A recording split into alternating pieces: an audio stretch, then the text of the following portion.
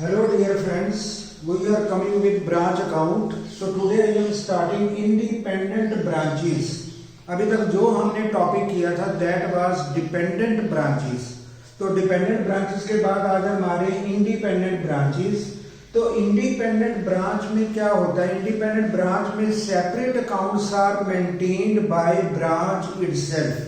जब ब्रांच अपना separate account prepare करती है, separate final accounts are prepared by branch. तो यहाँ पे हमारी ब्रांच इंडिपेंडेंट है, तो branch will be preparing its trading account, its profit and loss account and its balance sheet. तो यहाँ पे सबसे पहले जो ब्रांच के स्पेशल अकाउंट्स हैं, जिसको हम कहते हैं ब्रांच का पूरा रिकॉर्ड है, that is related to trading account, उनको हम सबसे पहले उनकी आइटम्स को इनकॉर्पोरेट करते हैं. It means we are installing important trading account items in branch itself. तो ब्रांच में हम उनकी इनकॉर्पोरेशन कर रहे हैं. That is incorporation of branch accounts in trading, in profit and loss and in balance sheet. तो यहाँ पे ब्रांच अकाउंट को सेपरेट कर दिया गया क्योंकि वो इंडिपेंडेंट ब्रांचेस हैं. तो here we are dealing with journal entries. तो सबसे पहले इस वीडियो में मैं जर्नल एंट्रीज थोड़ा डिस्कस करूंगा. उसके बाद नेक्स्ट लेक्चर में, नेक्स्ट वीडियो में I shall discuss important problem regarding independent branches. तो सबसे पहले हम सिंपल जर्नल एंट्रीज को अंडरस्टैंड करते हैं जो हमारी इंडिपेंडेंट ब्रांचेस को बिलोंग करती है. So there are 9 journal entries. तो हमने 9 एंट्रीज बनाई हैं इंपॉर्टेंट, जहां पे हम ट्रेडिंग अकाउंट की आइटम्स को इनकॉर्पोरेट करेंगे, profit and loss and balance sheet को. Number 1, for incorporating the various items appearing on debit side of branch trading account. अब ब्रांच ट्रेडिंग अकाउंट के जो डेबिट साइड में आती हैं, जो हम फाइनल अकाउंट बनाते हैं, उनको अगर इनकॉर्पोरेट किया जाए स्पेशल इन ब्रांच अकाउंट, क्योंकि ब्रांच हमारी अब इंडिपेंडेंट है, तो क्या एंट्री बनेगी? वो एंट्री बनती है branch trading account debited to branch account. तो जब हमें इनकॉर्पोरेट करना है, स्पेशल आइटम्स को अलग लेके जाना है, इंडिपेंडेंट ब्रांचेस में लेके जाना है, जो ब्रांच के अलग सेपरेट आइटम्स होंगी, उनके लिए हम बनाएंगे branch trading account debited to branch account. और यहाँ पे हम डील करेंगे opening stock, purchases less return जो हमारी ट्रेडिंग अकाउंट में आइटम आती हैं, वेजेस, मैन्युफैक्चरिंग एक्सपेंसेस एटसेट्रा. जो ब्रांच ट्रेडिंग अकाउंट में जो भी डेबिट साइड की आइटम होगी, उसको अगर हम लगाते हैं तो ये हमारी एंट्री बनेगी branch trading account debited to branch account. अब ये ब्रांच के लिए सेपरेट हमारा अकाउंट होगा, तो ब्रांच इसको सेपरेटली मेंटेन कर रहा है, ट्रेडिंग अकाउंट बना रहा है, प्रॉफिट एंड लॉस अकाउंट बना रहा है और बैलेंस शीट बना रहा है. एट लास्ट जब बाद में होगा तो एचओ अपने साथ उसको मर्ज कर लेगा, यानी बुक्स ऑफ एचओ एक हम ब्रांच अकाउंट बनाएंगे जिसमें हमारा एचओ देखेगा कितनी मनी जो है वो ट्रेडिंग अकाउंट से जीपी के रूप में अर्न की बाय ब्रांच, और कितना उन्होंने प्रॉफिट अर्न किया बाय पी&एल, और क्या उनकी बैलेंस शीट की आइटम है. अभी हम सेपरेटली उनको इनकॉर्पोरेट कर रहे हैं. तो जब हम ट्रेडिंग अकाउंट करते हैं तो ब्रांच ट्रेडिंग की जो भी डेबिट आइटम है उसको हम इनकॉर्पोरेट करेंगे, जिसमें opening stock, purchases, wages, manufacturing etcetera, ये हमारी आइटम आएंगी टू ब्रांच अकाउंट. ये हमारी नंबर 1 आइटम होगी. नंबर 2 होगी for incorporating the various items appearing on credit side of branch trading account. अब ब्रांच ट्रेडिंग अकाउंट के जो क्रेडिट साइड में आइटम आती है, जैसे हम एग्जांपल लेते हैं sales, these are credit item of trading account. उसके बाद होता है क्लोजिंग स्टॉक. तो जो हमारी इंपॉर्टेंट आइटम होती हैं उसको अगर ब्रांच के लिए इनकॉर्पोरेट किया गया, सेपरेट किया गया, इंस्टॉल किया गया, तो उसकी क्या एंट्री होगी? तो ये बनेगी branch account debited to branch trading account. अगर ट्रेडिंग अकाउंट की क्रेडिट साइड की आइटम करने तो ब्रांच ट्रेडिंग अकाउंट को हम सिंपली क्रेडिट कर देते हैं. अगर ब्रांच ट्रेडिंग अकाउंट को डेबिट में इंस्टॉल करना है तो हम ब्रांच ट्रेडिंग अकाउंट को डेबिट में एंट्री पोस्ट करते हैं. अब यहाँ पे हमने क्रेडिट आइटम को इंस्टॉल करना है ब्रांच में, तो ये बनेगा branch account debited to branch trading account. तो क्रेडिट में जो भी ट्रेडिंग काउंट के हमारी इंपॉर्टेंट आइटम होती हैं वो यहाँ पे हम ले रहे हैं। सेल्स होती हैं जिसमें लेस रिटर्न होता है एंड क्लोजिंग स्टॉक, इनकी हम पोस्टिंग करेंगे एंट्री में। तो जैसा उसके बाद जैसे हमने ट्रेडिंग काउंट बनाया, उसके बाद हमारी बारी होती है टू कैलकुलेट ग्रॉस प्रॉफिट और ग्रॉस लॉस। अब हमें या तो ग्रॉस प्रॉफिट मिलेगा या हम ग्रॉस लॉस अर्न करेंगे। तो इसके लिए एंट्री क्या होगी? अगर हमारी ब्रांच को ग्रॉस प्रॉफिट हुआ तो उसकी एंट्री क्या होगी? अगर ग्रॉस प्रॉफिट होता है तो हम ब्रांच या किसी भी ट्रेडिंग काउंट के डेबिट में पोस्ट करते हैं टू ग्रॉस प्रॉफिट। तो सिमिलरली वेरी सिंपल, तो यहाँ पे हमने क्या करना है, अब यहाँ पे ब्रांच ट्रेडिंग काउंट को हम डेबिट करेंगे अगर हमें प्रॉफिट हुआ होगा, if there is a gross profit. तो अगर ग्रॉस प्रॉफिट होगा तो एंट्री बनेगी branch trading account debited to branch P&L। तो ये हमारी एंट्री बनती है अगर हमारा ग्रॉस प्रॉफिट हुआ। तो यहाँ पे हम करते हैं जो भी हमारा ग्रॉस प्रॉफिट होगा उसको हमने ट्रांसफर कर दिया ब्रांच P&L में। तो ये एंट्री बनती है branch trading account debited to branch P&L। अगर हमारा ग्रॉस लॉस होगा ब्रांच का तो एंट्री रिवर्स हो जाएगी। अब यहाँ पे हम करेंगे branch P&L account debited to branch trading account. So entry will be reverse in case of gross loss. तो यहां तक हमने अपना स्मॉल ब्रांच ट्रेडिंग काउंट बनाया, उसके बाद हमने जीपी की एंट्री की और ग्रॉस लॉस की एंट्री की।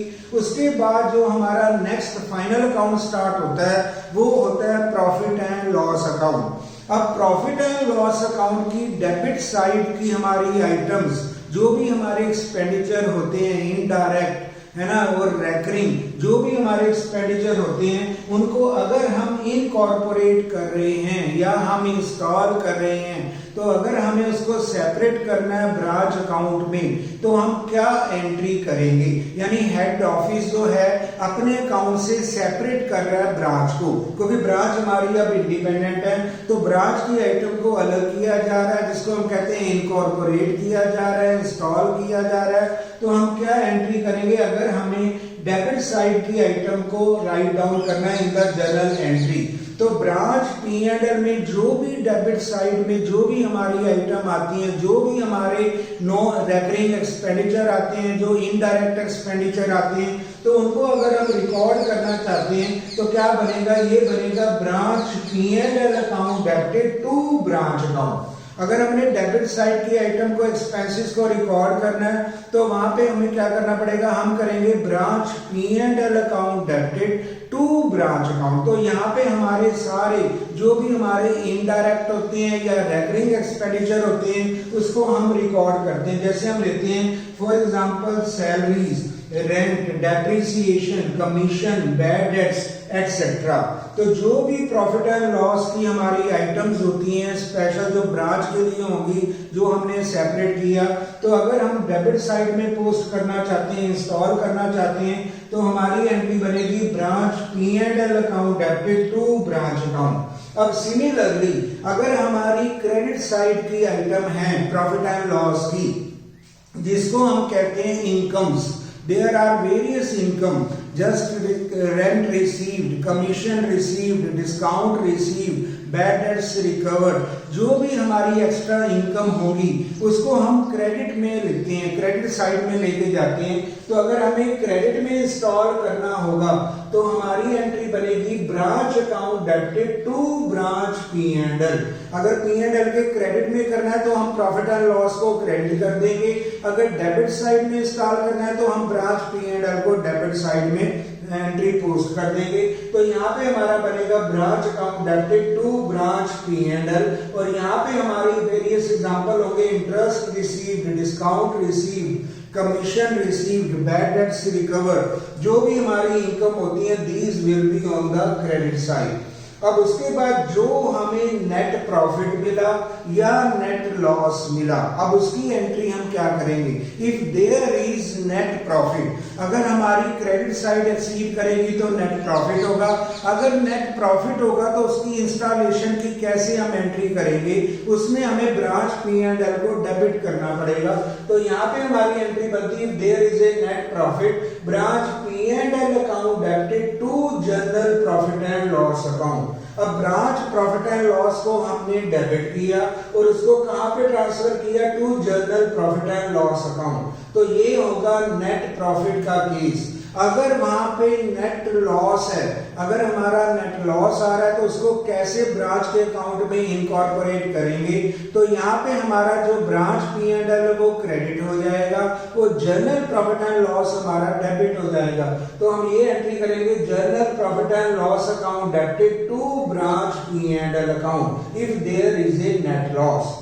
तो ये हमने बनाया ट्रेडिंग अकाउंट और यहाँ पे हमने बनाया प्रॉफिट एंड लॉस अकाउंट और इनके प्रॉफिट और लॉसेस को भी हमने क्लोज कर दिया, ट्रांसफर कर दिया, इनकॉर्पोरेट कर दिया इन ब्रांच स्पेशल अकाउंट्स। यानी जहां पे हमने ब्रांच को सेपरेट किया था वहां पे हमने इंडिपेंडेंट ब्रांचेस के प्रॉफिट और लॉसेस को भी हमने एंट्री में पोस्ट कर लिया। अब हमारी जो बारी आती है वो आती है बैलेंस शीट आइटम्स, क्योंकि अब बैलेंस शीट में हमें एसेट्स को भी इंस्टॉल करना होता है और लायबिलिटीज को भी इंस्टॉल करना है। अब यहाँ पे हम आते हैं for incorporating branch assets account. अगर हमें ब्रांच एसेट को इनकॉर्पोरेट करना है तो हम क्या एंट्री करेंगे? तो यहाँ पे बनेगी ब्रांच एसेट्स अकाउंट डेबिटेड। अब यहाँ पे हमें करना है branch assets account debited individually. हम यहाँ पे जो भी एंट्री करेंगे एसेट्स को रिकॉर्ड करेंगे इंडिविजुअली। इंडिविजुअली का मतलब हमें सेपरेटली शो करना पड़ेगा।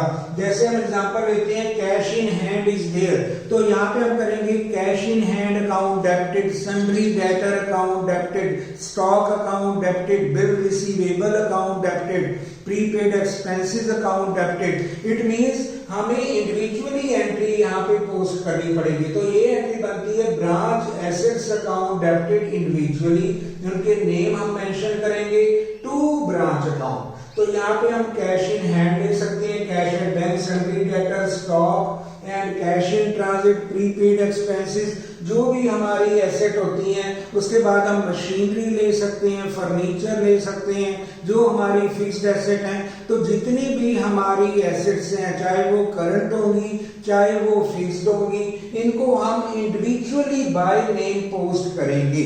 तो यहाँ पे हम इंडिविजुअली उनका नेम लेते हैं, चाहे वो करंट हो चाहे वो फिक्स्ड हो। तो जितनी भी ब्रांच की अलग एसेट है उनको हमने इंस्टॉल किया, उसके लिए ब्रांच एसेट डेबिट हो जाएगा टू ब्रांच अकाउंट। अब सिमिलरली अगर हमें लायबिलिटीज को पोस्ट करना हो तब हम क्या करेंगे? लायबिलिटीज का बैलेंस को हम कर देंगे टू ब्रांच लायबिलिटीज और डेबिट करेंगे ब्रांच अकाउंट। तो यहाँ भी हमें इंडिविजुअली चलना है। जो भी ब्रांच लायबिलिटीज होंगी, जैसे हम करते हैं to creditors, to bills payable, to bank overdraft, to bank loan, जो भी ब्रांच की सेपरेट लायबिलिटीज होंगी उसको हम अलग अलग पोस्ट करेंगे। तो ये बनेगा branch account debited to branch liabilities. तो इनका नेम अलग अलग इंडिविजुअली हम यहाँ पे एंट्री में डालेंगे। तो यहाँ पे हमें इंडिविजुअली पोस्ट करना है। जैसे हमने ट्रेडिंग अकाउंट बनाया तो ये भी इंडिविजुअली आइटम हम शो करेंगे। ट्रेडिंग अकाउंट में आएगा opening stock account debited, purchases account debited, wages account debited, manufacturing expenses account debited to branch account. तो यहाँ पे ब्रांच ट्रेडिंग एक बार हम ब्रैकेट में लिख लेंगे, लेकिन इसके लिए हम यहाँ पे आइटम्स को अलग अलग शो करेंगे। ओपनिंग स्टॉक डेबिटेड जो हमारी ट्रेडिंग में आती हैं, सिमिलरली जो क्रेडिट में आती हैं ब्रांच डेबिट हो जाएगा। तो बाय ब्रांच ट्रेडिंग के ब्रैकेट में डाल के जो ट्रेडिंग के क्रेडिट में होता है वो इंडिविजुअली आइटम को यहाँ पे हम पोस्ट करते हैं। सिमिलरली एसेट्स को इंडिविजुअली शो करेंगे, लायबिलिटीज को इंडिविजुअली शो करेंगे। तो ये हमारी बैलेंस शीट की आइटम्स होंगी, एसेट एंड लायबिलिटीज। तो ये हमने फाइनल अकाउंट्स को इनकॉर्पोरेट किया when there are independent branches. After incorporation of these important entry. यहाँ पे हमने ग्रॉस प्रॉफिट भी दिखा दिया, नेट लॉस भी दिखा दिया, या नेट प्रॉफिट की भी हमने पोस्टिंग कर दी, और बैलेंस शीट भी हमने कर दी। उसके बाद हम बनाएंगे बुक्स ऑफ हेड ऑफिस। अब हेड ऑफिस ने अपनी बुक्स में ब्रांच को मर्ज करना है, ब्रांच को टेक इनटू कंसीडरेशन करना है, तो एक हम अकाउंट बनाएंगे books of head office branch account. अब ब्रांच अकाउंट के सबसे पहले टू बैलेंस ब्रॉट डाउन। अब यहाँ पे टू बैलेंस ब्रॉट डाउन का मतलब है जो हेड ऑफिस ने ब्रांच से मनी रिसीव करनी है, it is receivable from branch, तो इसको हम कहते हैं टू बैलेंस ब्रॉट डाउन। अगर हमारे अकाउंट में हमारे सामने कोई बैलेंस ब्रांच ने एचओ को देना है, तो एचओ जो भी रिसीव करने वाला है उसको करेंगे टू बैलेंस ब्रॉट डाउन। उसके बाद हम एंट्री की पोस्टिंग करेंगे, जहां पे ब्रांच क्रेडिट हुआ है वहां पे हम आ जाएंगे बाय ब्रांच ट्रेडिंग काउंट। तो ये जो डेबिट साइड के आइटम है वो क्रेडिट साइड में आ जाएंगी ब्रांच के। अब सिमिलरली जो क्रेडिट साइड ट्रेडिंग काउंट की आइटम है वो ब्रांच के डेबिट में आ जाएंगी to branch trading account. We have to post. तो उसके बाद हमारा जो जीपी या ग्रॉस लॉस होगा उसकी एंट्री यहाँ पे कोई नहीं बनेगी, क्योंकि यहाँ पे branch account name is not appearing. उसके बाद हम आ जाएंगे P&L में। अब ब्रांच यहाँ पे क्रेडिट हो रहा है, तो यहाँ पे हम करेंगे by branch P&L, debit side को फिर हम क्रेडिट में ले जाएंगे ब्रांच अकाउंट के। जो क्रेडिट ब्रांच P&L की आइटम है उनको हम डेबिट में ले आएंगे। तो अल्टीमेटली इन दोनों के डिफरेंस में ऑटोमेटिकली हमारा जो प्रॉफिट है दैट विल इंकर, प्रॉफिट का इफेक्ट अपने आप ही हो जाएगा, और प्रॉफिट की एंट्री हमारी यहाँ पे नहीं जाएगी, क्योंकि यहाँ पे ब्रांच का नेम नहीं है, इसकी पोस्टिंग यहाँ पे नहीं होगी। उसके बाद हम एसेट्स देखेंगे, जो भी हमारी ब्रांच की एसेट्स हैं ये क्रेडिट साइड में आ जाएंगी टू ब्रांच, तो ब्रांच के क्रेडिट में आएंगी बाय ब्रांच एसेट। अगर लायबिलिटीज हैं तो ये ब्रांच के डेबिट में आएंगी to branch liabilities, and both sides will be matching. उसके बाद हम अकाउंट को मैच कर देंगे। तो इस तरह सबसे पहले हम इनकॉर्पोरेशन ऑफ एंट्री करते हैं फाइनल अकाउंट की, ट्रेडिंग अकाउंट बनाते हैं, प्रॉफिट एंड लॉस अकाउंट बनाते हैं। उसके बाद हम बैलेंस शीट को इनकॉर्पोरेट करते हैं। एट लास्ट जो एचओ है वो अपना एक अकाउंट बनाता है, अपनी बुक्स में ब्रांच अकाउंट बनाता है, वहां पे जो भी फाइनल अकाउंट्स के ट्रीटमेंट हैं, जो भी जनरल एंट्रीज हैं उनको पोस्ट किया जाता है, and both sides are matching. तो हमारी दोनों साइड यहाँ पे मैच करती हैं। तो in this way independent branches accounts are recorded, ये हम फाइनल अकाउंट रिकॉर्ड करते हैं। And in the next video, I shall be giving more important numerical problem regarding independent branch. Thank you very much.